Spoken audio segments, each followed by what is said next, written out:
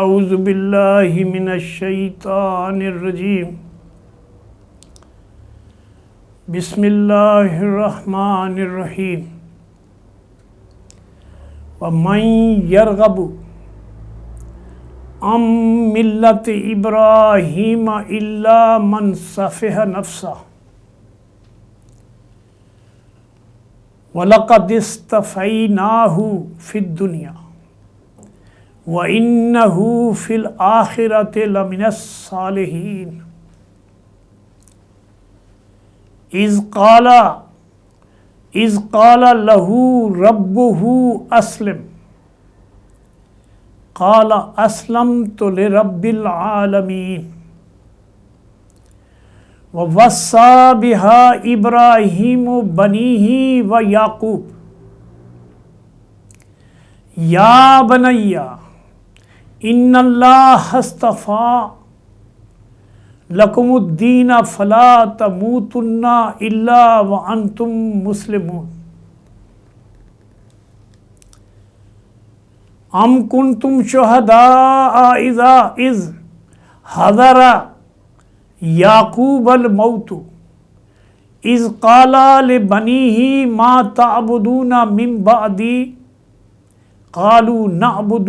الہک و الہ آبائک ابراہیم و اسماعیل و اسحاق الہا واحدا و نحن لہ مسلمون تلک امۃ قد خلت لہا ما کسبت ولکم ما کسبتم ولا تسألون عما کانوا یعملون۔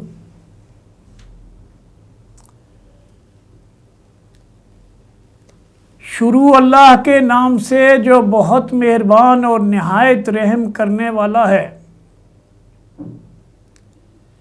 ناظرین، آپ کے سامنے سورہ البقرہ کی 16ویں رکوع کی 130 سے 134 تک کی آیات تلاوت کی ہیں۔ اللہ فرماتا ہے اس سے پہلے کی آیات میں ابراہیم اور اسماعیل علیہ السلام کی دعاؤں کا ذکر ہے کہ کس طرح وہ جلیل القدر پیغمبر اپنے رب کے سامنے سربہ سجود ہونے کے لیے اپنے رب کے سامنے دعاؤں میں گڑ گڑا کر دعائیں مانگتے تھے اپنے لیے اور اپنی قوم کے لیے، اپنی نسل کے لیے، اور یہ کہتے تھے کہ ان میں سے ایک رسول پیدا کر جو ان کو پروردگار تیری آیتیں پڑھ کر سنائے اور ان کی زندگیوں کو سنوارے اور ان کو آخرت کی یاد دلائے۔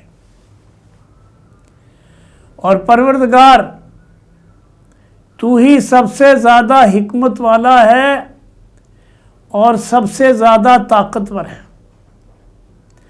اور جو کتاب اور حکمت تو ان کو اس نبی کو عطا کرے اس کے ذریعے انسانوں کا تزکیہ کیا جائے۔ فرمایا اب کون ہے جو ابراہیم کے اس طریقے سے نفرت کرے کہ جو دنیا سے جانے سے پہلے، موت سے پہلے اپنی قوم کی بھلائی کی دعا کرتا ہے، جس نے خود اپنے آپ کو سوائے اس کے کہ جس نے خود اپنے آپ کو حماقت اور جہالت میں مبتلا کر لیا ہو،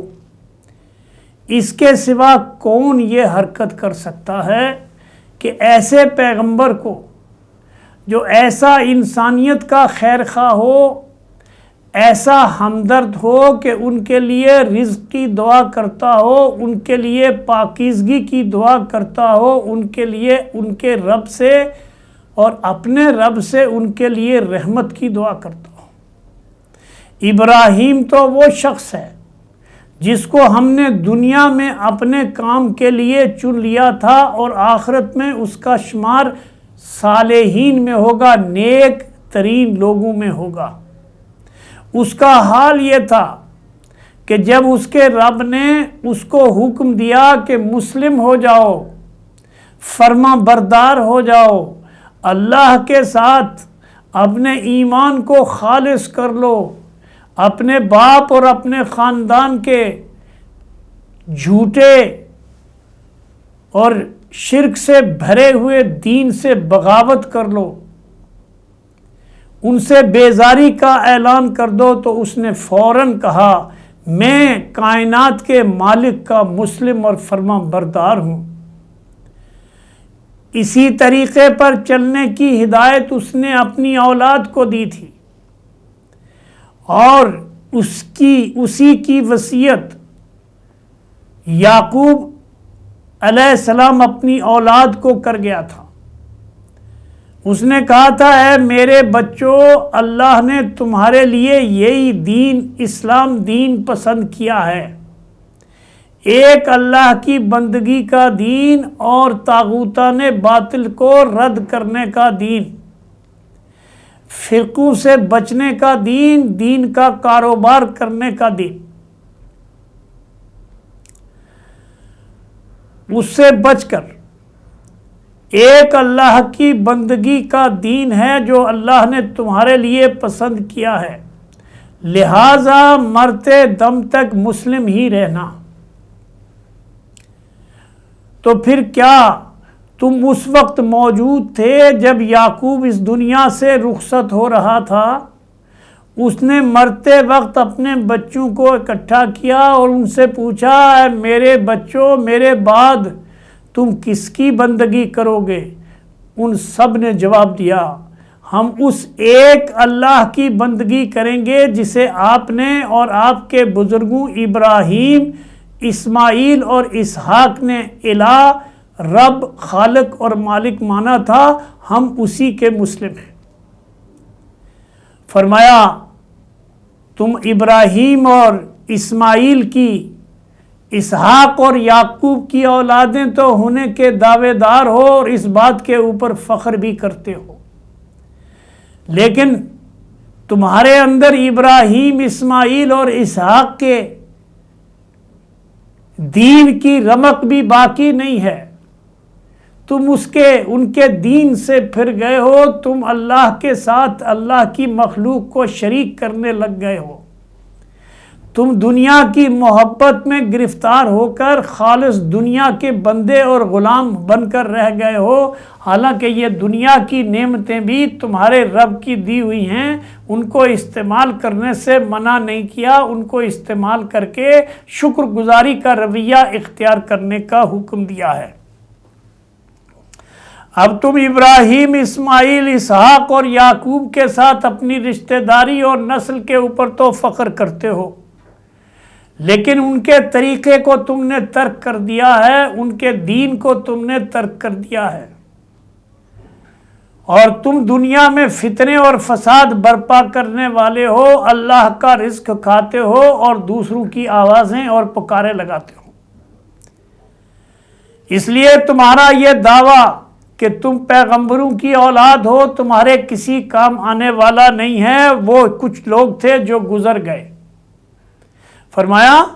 وہ کچھ لوگ تھے جو گزر گئے، جو کچھ انہوں نے کیا وہ انہوں نے اپنے لیے کیا، اس کا فائدہ انہی کو ملے گا، ان کے انعامات، ان کے رب کی طرف سے ان کے اوپر انعامات کی بارش ہوگی، اس انعامات کی بارش سے تمہیں کچھ حصہ نہیں ملے گا، اور جو کچھ تم کماؤ گے وہی تمہارے کام آنے والا ہے، جو کچھ تم اپنے ہاتھوں سے کما کر آگے بھیجو گے اسی کو وہاں پاؤ گے، اور تم سے یہ نہیں پوچھا جائے گا کہ تم سے پہلے جو لوگ ہیں وہ کیا کرتے تھے۔ تو ان آیات میں اللہ تبارک و تعالی اپنے بندوں کو اس بات کی تنبیہ کر رہا ہے کہ کسی خاندان کے ساتھ، کسی نسل سے تعلق رکھنا کافی نہیں ہے، اگرچہ کہ یہ بہت بڑی نعمت ہے کہ کوئی اللہ کے پیغمبروں کی اولاد اور ان کی نسل سے تعلق رکھتا ہو، لیکن اس کا حق جب ہی ادا ہو سکتا ہے کہ وہ اللہ کے راستے میں اسی طرح سے اپنے رب کی بندگی کرے، اپنے زمین کے اوپر فساد نہ پھیلائے، شرک اور کفر کو رد کرے اور فرقوں میں نہ بٹے، خالص ایک اللہ کی بندگی کرے اور اس دنیا میں رہ کر اللہ کے دیے ہوئے مال میں سے خرچ کرے، اور اس کے بعد اللہ کے دیے ہوئے مال میں سے خرچ کرے، صلاۃ قائم کرے، اور تاکہ دنیا کی زندگی میں آزمائش میں پورا اتر کر آخرت میں بھی کامیابی اور کامرانی سے سرفراز ہو، اور حقیقی کامیابی اور کامرانی تو آخرت ہی کی کامیابی ہے۔ اللہ سے دعا ہے اللہ مجھے، آپ کو اور ساری دنیا کو ابراہیم علیہ السلام کی سنت پر، اللہ کے آخری نبی صلی اللہ علیہ وسلم کی سنت پر چل کر اسلام کو خالص، فرقوں سے پاک، شرک سے پاک، بدعات سے پاک اسلام کو قبول کر کے اس کے ساتھ زندگی گزارنے کی توفیق عطا فرمائے۔ اقول قولی ھذا استغفر اللہ لی ولکم وسائر المؤمنین۔